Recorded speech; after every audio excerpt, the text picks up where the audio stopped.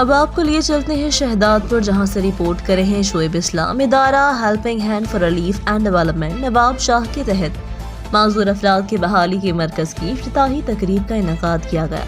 تقریب میں مختلف اداروں کے افراد نے شرکت کی، جس میں ضلعی انتظامیہ، social welfare department, special education department, NGO ضلعی ذمہ دار پاکستان، بیت المال ڈپارٹمنٹ، انجمن تاجران کے نمائندگان، نیشنل پریس کلب اور نواب شاہ پریس کلب کے صحافی حضرات، روزنامہ اوصاف کی بیورو چیف بلال قریشی، تھیلیسیمیا سینٹر کے انچارج وکلاء ڈاکٹر صاحبان اور معذور افراد نے بڑی تعداد میں شرکت کی۔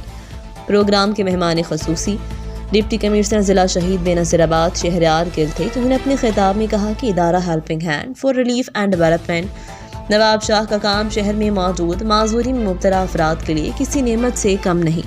پروگرام کی صدارت ادارہ Helping Hand for Relief and development Pakistan کے صدر محمد سلیم منصوری صاحب نے کی۔ انہوں نے اپنے خطاب میں کہا، ادارے کو امریکہ میں موجود مقیم پاکستانی جو اپنی محنت کی کمائی سے وطن کی محبت میں چلا رہے ہیں، ان کا یقین ہے کہ ہمیں اپنے بہن بھائیوں کی مدد کے ذریعے اللہ کی رضا ملے گی۔ امریکہ میں مقیم پاکستانیوں کو اپنے وطن کے لوگوں کی خدمت کے ذریعے دلی خوشی ملتی ہے۔ ہیلپنگ ہے نواب شاہ سمیت پورے پاکستان میں معذور افراد کی بحالی کے لیے فری سروس مہیا کرائے۔